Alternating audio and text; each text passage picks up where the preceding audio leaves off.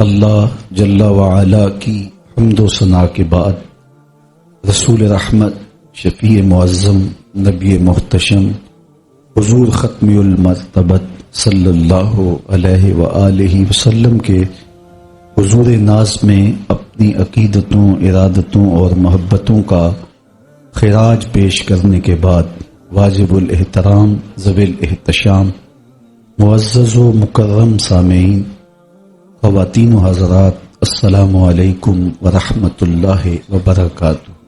کتاب رحمت قرآن مجید سے جو کلمات تلاوت کیے ان میں فرمایا گیا قد افلح من تزکا، کامیاب وہ ہوا جس نے اپنے من کو ستھرا کر لیا، اپنے باطن کی صفائی کی، اپنے دل کو پاک کیا، اندر کے میل اتارے اور باطن کی پاکیزگی کا سامان کیا۔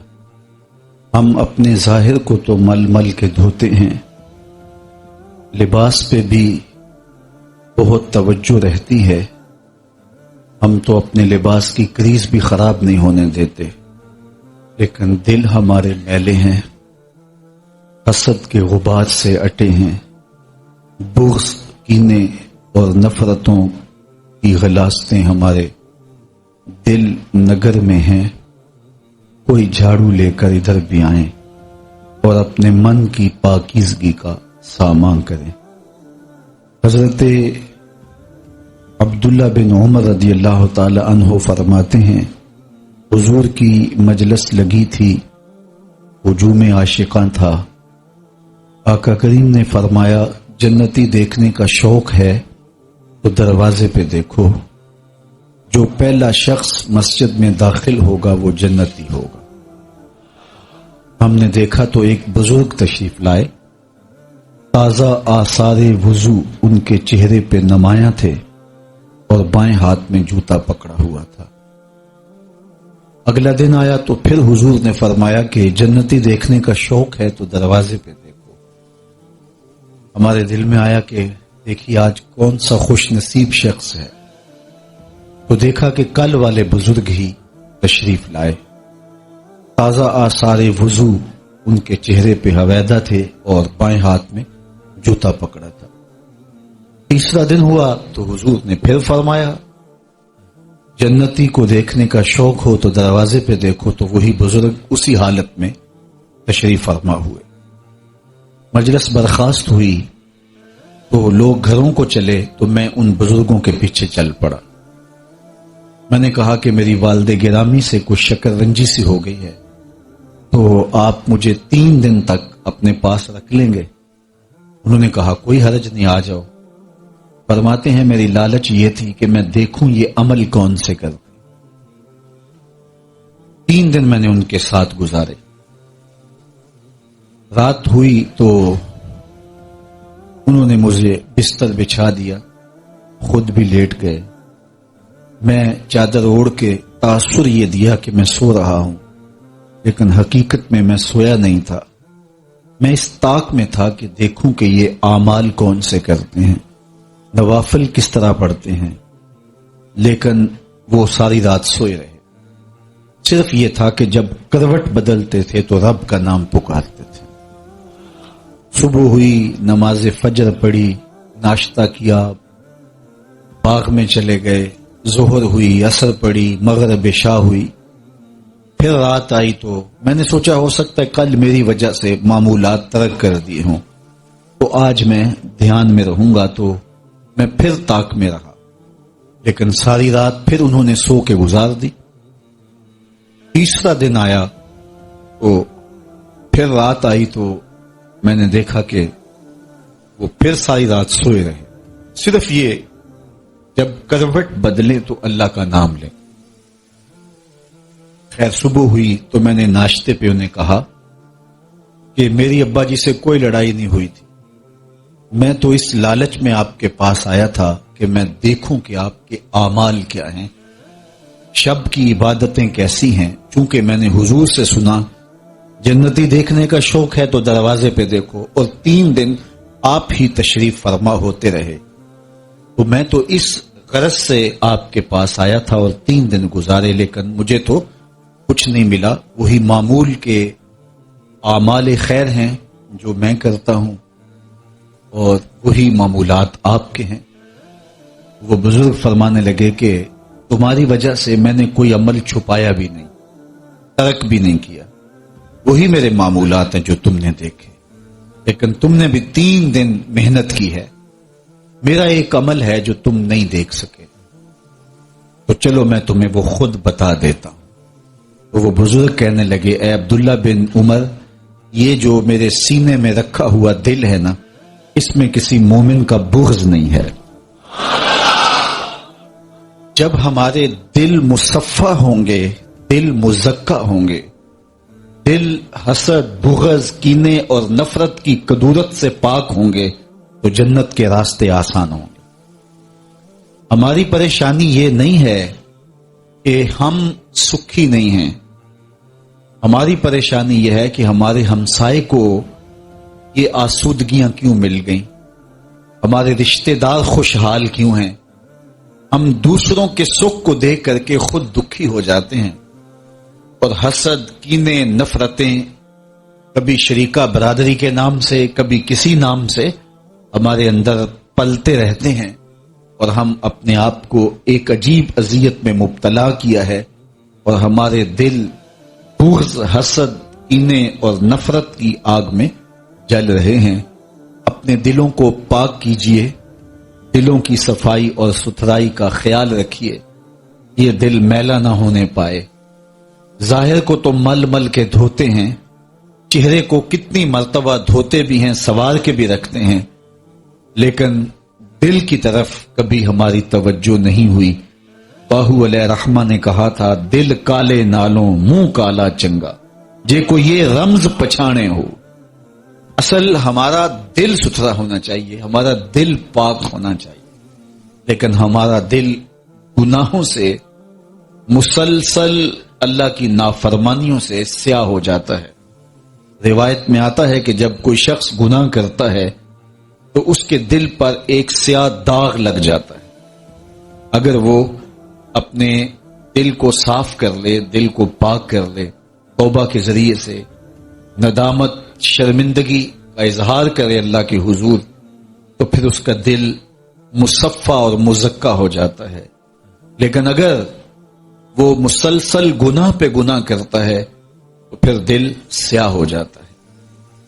اس سیاہی سے اللہ کی پناہ مانگنی چاہیے کہ ہمارا دل کہیں سیاہ نہ ہو جائے، کیونکہ جب دل پہ گناہ کا داغ لگتا ہے، اس کو دھو لیا جائے تو دل مصفہ ہو جائے گا، لیکن اگر توبہ نہ کی جائے، رجوع اللہ نہ کیا جائے، تو ایک گناہ کے بعد دوسرا گناہ، اس کے ساتھ تیسرا گناہ، حتیٰ کہ دل میلا ہو جائے گا۔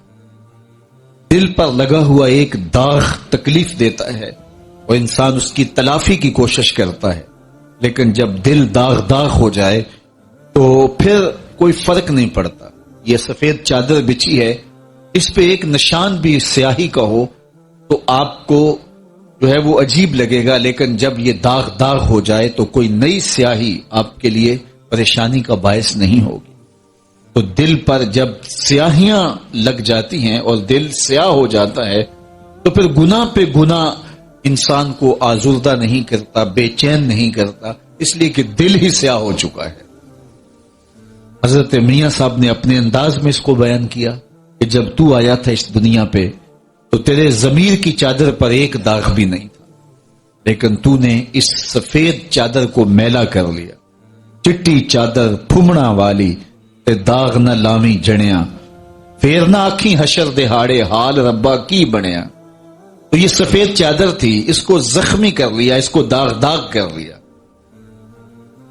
فرمایا گیا کہ مومن جب گناہ کرتا ہے تو اس کی کیفیت یہ ہوتی ہے جیسے وہ پہاڑ تلے آ گیا اور ابھی اس کے اوپر گر جائے گا اور کہیں کچل نہ دے، وہ جلدی سے تلافی کرتا ہے، توبہ کرتا ہے۔ اور منافق کی کیفیت یہ ہوتی ہے کہ جب وہ گناہ کر بیٹھے تو ایسے محسوس کرتا ہے جیسے بدن پہ مکھی بیٹھی تھی اور اس کو اڑا دیا۔ ایک دن میں سویر سے لے کر شام تک کتنی نمازیں چھوڑی، کتنی بار نگاہیں بھٹکی، کتنی مرتبہ خیال بہکے، سوچوں نے آوارگی کی، زبان نے جھوٹ بولا، کبھی گالی دی، کبھی غیبت، کبھی چغلی، کبھی کسی کی بدخواہی، لیکن شام کو چین کی نیند سو گئے۔ ایسے ہی ہے جس طرح دن میں کئی مرتبہ بدن پہ مکھی بیٹھی ہلکے اشارے سے اڑا دیا اور شام کو پتہ بھی نہیں ہوتا کہ یہ فعل ہم نے کتنی مرتبہ کیا۔ تو میں اور آپ اپنے اندر اتر کر کے دیکھیں کہ ہماری کیفیت قلب کیا ہے۔ گناہ کرنے کے بعد شرمندگی ہوتی ہے یا گناہ کرنے کے بعد ہمیں کوئی فرق نہیں پڑتا، معمول کی زندگی گزر رہی ہوتی؟ دیکھیے زندگی تیزی سے گزر رہی، جو کل جوان تھے آج بوڑھے ہو گئے، جو آج جوان ہیں کل بوڑھے ہوں گے، اور یہ مجھے اور آپ کو یقین نہیں ہے کہ وہ بوڑھے ہوں گے بھی کہ یا نہیں۔ موت تو راستے میں کھڑی ہے، اچانک ہاتھ لگا کے، اور کسی وقت بھی ہمیں اچک لے اور ہمیں کوئی فرار کا راستہ نہیں ملے گا۔ تو اس لیے میں کہیں اور آپ کہیں ساری زندگی ضائع نہ کر بیٹھیں، اور آنکھیں جب بند ہوں پھر آنکھیں کھلے، پھر فائدہ کوئی نہ ہو۔ ہم اپنے اندر ابھی اتر کے دیکھیں کہ ہماری کیفیت باطن کیا ہے۔ گناہ کرنے کے بعد شرمندگی ہوتی ہے، بے چینی کی کیفیت ہوتی ہے، یا سویر سے شام تک ڈٹائی کے ساتھ جرم، گناہ، بد زبانیاں اور نظروں کی ناپاکیزگیاں اور خیالوں کی غلاستیں، لیکن اس کے باوجود ہم چین کی نیند سو جاتے ہیں۔ تو پھر یہ علامت نفاق بتائی گئی ہے کہ گناہ کرنے کے بعد وہ ایسے محسوس کرتا ہے جیسے بدن پہ کوئی مکھی بیٹھی اور ہلکے اشارے سے اڑا دیا۔ تو یہ دل سیاہ ہو جائے تو پھر پلے کچھ نہیں رہتا ہے۔ اللہ کی پناہ مانگو دل کی سیاہی سے کہ دل کہیں سیاہ نہ ہو جائے۔ دل کی مکمل سیاہی خیر اور شر کی تمیز اٹھا دیتی ہے۔ جب دل مکمل سیاہ ہو جائے تو پھر اچھائی ہو رہی ہو یا برائی ہو رہی ہو کوئی فرق نہیں پڑتا، کیونکہ دل ہی سیاہ ہو گیا۔ دل کے آئینے پر کدورت کے پردے آ گئے ہیں، تو اب اس میں تو کوئی دکھائی نہیں دیتا۔ دل صاف ہوتا تو اس دل میں جمال الہی نظر آتا، لیکن دل اتنا گدلا ہے کہ اپنا عکس بھی دکھائی نہیں دیتا۔ تو پھر ہمارے پاس بچا کیا اگر ہمارا دل ہی شفاف نہ رہا، دل ہی پاک نہ رہا؟ تو میرے رب نے کہا قد افلح من تزکا، کامیاب وہ ہوا جس نے اپنے من کو ستھرا کر لیا، جس نے اپنے باطن کو صاف کر لیا۔ آپ پوچھیں گے جناب اگر دل کالا ہو گیا ہے تو اب کیا کریں؟ تو میں کیا ہوں کہ میں بتاؤں کہ دل کی سیاہی کا علاج کیا ہے؟ چلو سارے دستک دیتے ہیں دل و قلب و نگاہ کے مرشد اولین کی چوکھٹ پہ، اور حضور سے پوچھتے ہیں دل سیاہیوں سے بھر گیا ہے، اس کا علاج اے چارہ گر بتائیے۔ تو رحمت عالم صلی اللہ علیہ وآلہ وسلم ارشاد فرماتے ہیں جس طرح لوہے کو زنگ لگتا ہے اس طرح دلوں کو بھی زنگ لگتا ہے۔ تو دلوں کا زنگ دو چیزوں سے اترتا ہے، ایک قرآن مجید کی تلاوت سے اور ایک کثرت کے ساتھ موت کو یاد کرنے سے۔ قرآن مجید کی تلاوت معمولات زندگی میں شامل کر لیجئے تو پھر آپ کے دل سے ظلمتیں اتریں گی، دل کے اوپر چڑھا ہوا میل اور زنگ اترے گا۔ قرآن مجید اللہ کا وہ پاکیزہ کلام ہے جو باطن میں نور پیدا کرتا ہے اور اندر کی غلاستیں دور کرتا ہے۔ اللہ اکبر۔ فرمایا کہ یہ وہ اللہ کی لٹکتی ہوئی رسی ہے جس کا ایک سرا تمہارے ہاتھ میں ہے، دوسرا سرا تمہارے رب کے دست قدرت میں۔ تو اس کی تلاوت جب ہمارے معمولات میں شامل ہو جائے تو پھر باطن کے زنگ اترنا شروع ہو جاتے ہیں۔ فرمایا راتوں کی تنہائیوں میں اٹھ کے قرآن پڑھا کرو اور قرآن پڑھتے ہوئے رویا کرو۔ فَإِلَّمْ تَبْكُوا فَتَبَاكُوا، اور اگر رونا نہ آئے تو رونے کی کوشش کیا۔ حضرت داتا گنج بخش علی حجویری علیہ رحمہ سے ایک مرید نے پوچھا حضرت اگر رونے کی کوشش کریں پھر بھی رونا نہ آئے؟ فرمایا پھر اپنے مقدر پہ رویا۔ تم اتنے سنگ دل ہو گئے ہو کہ تمہاری آنکھیں آنسوؤں کا خراج نہیں دیتی، تو اس قرآن کی تلاوت اپنی زندگی میں شامل کر لو، تمہارا کوئی دن قرآن کے بغیر نہ گزرے۔ اتنے خوش نصیب گھرانے ہیں جن گھروں میں صبحوں کا آغاز قرآن کی تلاوت سے ہوتا ہے، اور ایسے گھر بھی دھرتی پہ موجود ہیں کہ جن کے گھر میں قرآن پڑھا ہوا تو ہوتا ہے لیکن قرآن کی تلاوت ان کا مقصود نہیں۔ ایک زمانے میں قرآن سے لوگ ہدایت لیتے تھے، صحابہ فرماتے ہم 10 آیتیں پڑھتے تھے اور اس کے بعد اگلی 10 تب پڑھتے تھے جب ان پہ عمل کر لیتے تھے۔ پھر یہ کتاب تلاوت رہ گئی، لوگ صرف تلاوت کرنے لگے، اب تلاوت بھی موقوف ہو گئی، کتاب زیارت رہ گئی اور بہت سارے تو اس زیارت سے بھی محروم ہیں۔ تو یہ کتاب جب ہمارے معمولات زندگی میں شامل ہوگی تو دلوں کا زنگ اترے۔ دوسری بات، میرے اور آپ کے آقا و مولا نے ارشاد فرمایا دلوں کا زنگ اتارنے کے لیے کثرت کے ساتھ موت کو یاد کرو۔ ایک مقام پہ ارشاد کیا لذتوں کو توڑنے والی کو یاد کرو۔ عرض کی یا رسول اللہ وہ لذتوں کو توڑنے والی کیا ہے؟ قال الموت، فرمایا موت۔ جب موت کو یاد کرو گے تو امیدیں قلیل ہو جائیں گی، آرزوؤں اور تمناؤں کو لگام دی جا سکے گی۔ لیکن اگر موت آپ کے نقشے میں نہیں ہے تو پھر آرزویں بے قابو ہوں گی، خواہشیں آوارہ ہوں گی اور زندگی کی مقصدیت ہاتھ میں کبھی نہیں آئے گی۔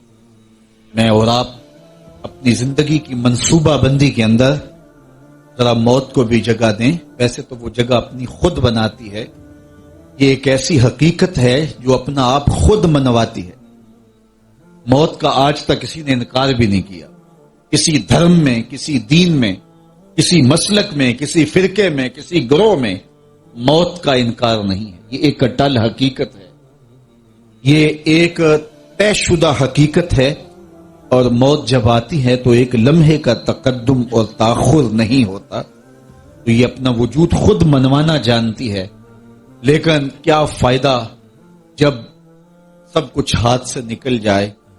آج مجھے اور آپ کو اپنی زندگی کی منصوبہ بندی میں ہر وقت اس خیال میں رہنا چاہیے کہ کسی جگہ بھی موت آ کے کھڑی ہو سکتی ہے اور ہمارا اگلا منصوبہ سارا دھرے کا دھرا رہ سکتا ہے۔ اور جب آپ موت کو اپنی زندگی میں شامل کریں گے اور پھر اپنی زندگی کی منصوبہ بندیاں کریں گے تو پھر آرزویں قلیل ہوں گی، تمنائیں بے قابو نہیں ہوں گی اور پھر خواہشیں آوارہ نہیں ہوں گی۔ خواہشوں کی آوارگی اور تمناؤں اور آرزوؤں کا بے قابو ہونا انسان کو غافل کر دیتا ہے۔ اس لیے مقاصد زندگی پر نظر رہے اور آرزویں قلیل رہیں تو زندگی گزارنے کا لطف اور زندگی گزارنے کا مزہ نصیب ہوتا ہے۔ اس لیے کثرت کے ساتھ موت کو یاد رکھو۔ موت کو یاد رکھنے سے زندگی کے اندر ایک نظم پیدا ہوتا ہے اور انسان اللہ کے حضور پیش ہونے کے ڈر سے قدم پھونک پھونک کے رکھتا ہے کہ میں نے اس کے حضور پیش ہونا ہے اور ایک ایک عمل کا میں نے حساب دینا۔ تو یہ اس وقت آ سکتی ہے، ہر وقت اس کے لیے ہمیں آمادہ رہنا چاہیے۔ موت کا ڈر یا موت کا خوف یا موت کے بارے میں تیاری کا جو لفظ بولا جاتا ہے، اس کا مطلب یہ نہیں ہے کہ آپ جو ہے وہ ہر وقت ڈرتے رہیں اور کام کاج چھوڑ کے بیٹھ جائیں، بلکہ اس کے ڈرنے کا مفہوم یہ ہے کہ اس کی تیاری میں لگ جائیں۔ میں اور آپ سوچیں اگر ابھی ہمیں موت دبوچ لیتی ہے تو کون سا منہ ہے جو اللہ کے حضور لے کے پیش ہو؟ تو ہر وقت جب انسان مستعد اور فعال رہتا ہے اللہ کے حضور پیشی کے لیے تو پھر اس کی زندگی خود بخود منظم ہوتی ہے اور وہ پہلی فرصت کے اندر توبہ کرتا ہے کہ اگر اچانک موت مجھے یاد دبوچ لیتی ہے تو اس سے قبل میں توبہ کر کے اپنے ما قبل کے گناہوں کی تلافی کر سکوں۔ تو ہر وقت اللہ کے حضور پیش ہونے کے لیے تیار رہنا اور اس کے حضور حاضر ہونے کے لیے اپنی تیاری رکھنا، یہ بندہ مومن کی زندگی ہے اور یہ چیز انسان کی زندگی کے اندر ایک نظم پیدا کرتی ہے، اس کو گناہوں سے بچاتی ہے، اس کو بدکاریوں سے بچاتی ہے، اس کی آرزوؤں کو قلیل کرتی ہے اور اس کی خواہشات کو محدود کرتی ہے، ورنہ وہ آگے بڑھتا چلا جاتا ہے اور اچانک موت اس کو دبوچ لیتی ہے۔ طول عمل، لمبی امید، آرزوؤں کا لمبا ہونا یہ انسان کے لیے بربادی کا سبب ہے۔ تو یہ موت کی تیاری ہے کہ ہر لمحہ اللہ کے حضور پیش ہونے کے لیے تیار رہے کہ نہ جانے اٹھنے والا اگلا قدم کہاں ہے۔ شیخ سعدی فرماتے ہیں سانس اندر گیا ہے پتہ نہیں پلٹ کے باہر آتا ہے یا نہیں، اور باہر آیا ہے پتہ نہیں پلٹ کے اندر جاتا ہے یا کہ نہیں۔ موت زندگی کی کہانی اتنی ہی ہے۔ الذی خلق الموت والحیات لیبلوکم ایکم احسن عملا، اس نے تمہیں زندگی اور موت اس لیے دی، وہ پرکھنا چاہتا ہے کہ آخرت کے لیے اچھے عمل کون کرتا ہے۔ تو میں اور آپ دیکھیں کہ ہم کس جگہ پہ کھڑے ہیں۔ آج ہمارے پاس وقت ہے، کل نہیں ہوگا۔ کل کا پچھتاوا اس سے بہتر ہے کہ آج کا پچھتاوا، اور آج کا پچھتاوا ہمیں توبہ کی طرف لے جائے۔ کل کا پچھتاوا سوائے حسرت بڑھانے کے اور کچھ نہیں ہوگا۔ تو اس لیے کثرت کے ساتھ موت کو یاد کرنے سے ہمیں توبہ کی توفیق بھی نصیب ہوگی اور ہماری آرزویں بھی کلی۔ حضرت یعقوب علیہ السلام نے اسرائیل سے وعدہ لیا تھا کہ میری روح قبض کرنے کے لیے اچانک نہیں آنا، پہلے کوئی قاصد بھیج دینا تاکہ میں موت کی تیاری کروں۔ ویسے اللہ کے نبی کے دامن پہ گناہ کا ایک دھبا بھی نہیں آ سکتا، اور وہ ہر لمحہ تیار ہی رہتے ہیں، لیکن اس کے باوجود تعلیم امت کے لیے بہت ساری چیزیں ہوتی ہیں۔ میرے اور آپ کے آقا و مولا نے اللہ کی بارگاہ میں یہ دعا کی، اللہم انی اعوذ بک من الموت الفجاۃ، اے اللہ اچانک موت سے تیری پناہ مانگ۔ اچانک موت آتی ہے اور انسان کو تلافی کا، توبہ کا موقع بھی نہیں ملتا، تو اچانک اموات سے پناہ مانگی گئی۔ تو حضرت اسرائیل سے عہد لے لیا حضرت یعقوب علیہ السلام نے کہ میری روح قبض کرنے کے لیے اچانک نہیں آنا، پہلے کو قاصد بھیج دینا۔ اللہ کے نبی تھے، ان سے وعدہ کر لیا۔ حضرت اسرائیل ایک عرصے کے بعد حاضر ہوئے، پوچھا کدھر آئے ہو؟ کہا قبض روح کے لیے آیا۔ کہا تم نے تو وعدہ کیا تھا اچانک نہیں آؤں گا، پہلے قاصد بھیجوں گا۔ تو کہا حضرت میں نے تو قاصد بھیجے تھے۔ فرمایا میرے پاس تو ایک بھی نہیں آیا۔ عرض کی حضرت آپ کے سامنے کتنے لوگوں کی موت واقع ہوئی، یہ میرا قاصد نہیں تھا تو اور کیا تھا؟ یہ اٹھتے ہوئے جنازے میرا قاصد نہیں تھا تو اور کیا تھا؟ آپ کی داڑھی میں سفید بال اتر آئے، یہ میرا قاصد نہیں تھا تو اور کیا تھا؟ جب بینائی کم پڑنے لگے، جب اعضاء مدمحل ہو جائیں، جب چلتے ہوئے ٹھوکرے لگے، جب بولتے ہوئے لکنت آنے لگے، جب یادداشت کھونے لگے، تو سمجھ لو پیغام موت آ گیا۔ یہ ڈوبتا ہوا سورج ہمیں موت کا پیغام دے کے جا رہا ہے۔ دیکھو کیسا بھنک پن تھا، کیسی دوپہر تھی، کیسی کرنوں کی تمازت اور حدت، شدت اور گرمی تھی، لیکن آج درد غروب سے زرد ہوا جا رہا ہوں۔ اتنی بڑی کائنات، اتنا بڑا منبع نور کا جو آسمان کے اوپر جگمگا رہا ہوتا ہے، درد غروب سے وہ بھی زرد ہو جاتا ہے۔ ڈیگرتے دن گیا محمد، اوڑک نو ڈب جانا۔ تو یہ ہمیں پیغام دیتا ہے میاں تم بھی جا رہے ہو۔ یہ پھیلے ہوئے قبرستان بتاتے ہیں۔ حضرت سیدنا غوث اعظم رضی اللہ تعالیٰ عنہ فرماتے ہیں جاؤ قبرستانوں میں جا کے دیکھو کیسے کیسے حسینوں کی مٹی خراب ہو رہی ہے، جو بدن پہ چٹکی بھی نہیں پڑنے دیتے تھے مٹی کی، آج ان کے کفن بھی تار تار ہو گئے ہیں۔